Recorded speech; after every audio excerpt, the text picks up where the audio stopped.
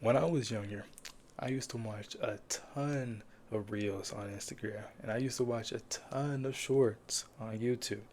And these reels and shorts, I will always see, the millionaire mindset, the amazing body, getting a ton of girls, being very successful. But me watching them made me feel useless because I didn't have what these people I'm watching have. I wasn't at the level that these people are at. And if we want to be real, when I was watching porn, I felt the same way. I felt inadequate. I felt small in both ways, if you know what I mean. And also, when I was younger, looking at people inside school. What am I saying? When I was younger, if I'm being honest, when I was younger and a little bit of now, it still makes me feel a little bit uncomfortable inside my own body because how do you look like this and we're the same age or probably younger and they look better in my opinion than me. But now I kind of fixed that view. But continue with the topic. We live in constant comparison inside this world. The constant comparison has turned into the normal way of living, making most of us in this world just feel abnormal, making us feel uncomfortable in our lives. And I believe this comes from a self disposition. Self disposition is having a negative view on yourself. So basically, we need to improve our view, which is improving our value. Because when we value more, we see ourselves like, so, oh, I'm actually useful. I'm actually that dude.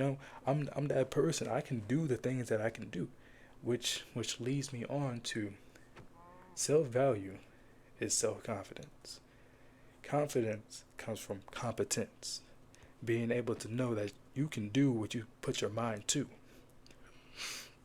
See, when people constantly scroll on social media and watching different people have all the success and the accolades that they want, they are stuck.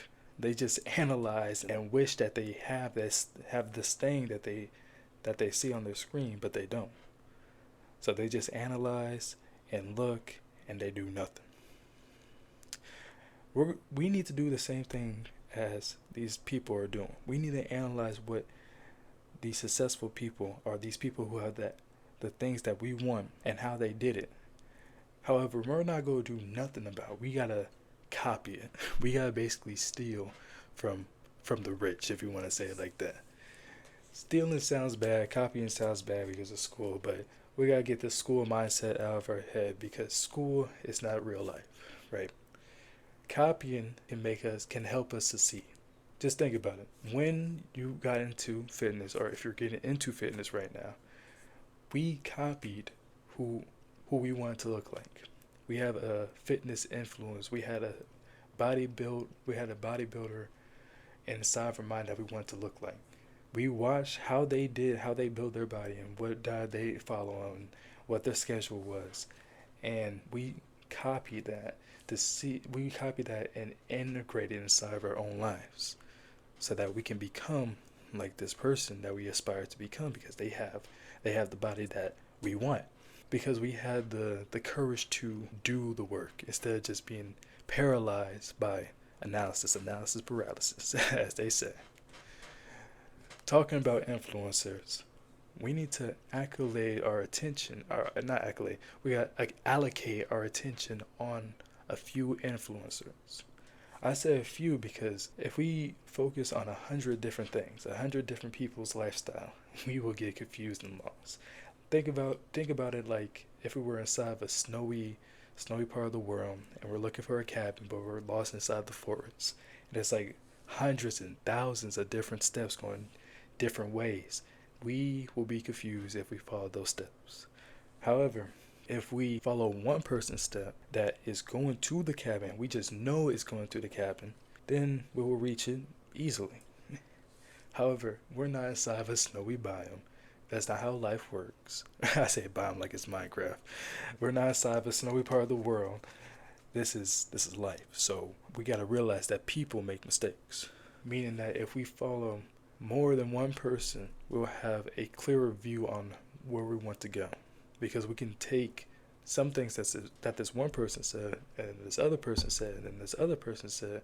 We can compare and contrast what they're saying to see if it's true or not, do a little bit of research, and put it inside of our lives. Now, this last step, I believe most people feel but not do. So the last step is to have some pride. I know pride sounds scary because it's a sin, and we're not talking about being super prideful. When I mean pride, I mean basically, okay, people who continuously watches content that the content that we were talking about, the millionaire mindset, the body, the girls, the stuff like that, blah blah blah. They're either watching that mindlessly, or hate watching, or mentally masturbating, or procrastinating, if you want to say it like that. These feelings that these people are feeling, we have to feel them too. We have to feel some kind of anger, some kind of jealousy, some kind of pride, but not too prideful. But we also have to feel some excitement and some aspiration and just some motivation to become like this person. And we're going to use these emotions that we feel as fuel to do the work, to get the things that we want to get. Now, here's a little disclaimer. We don't hate the people because they got the things. We're mad because we're not in the same position as these people. That's it. So we're not hating on anybody. We're basically hating that we're not where they're at. It's some kind of envious thing, but we're not too envious because those are sins, and we do not want to be sinful. We just want to get the things that we know we can get, because if they can get it, we can get it too. Anyways, that's pretty much it. It's a very short video. If you like this video, like and subscribe to this small channel. Anyways, I'm gonna get out of here. Bye bye.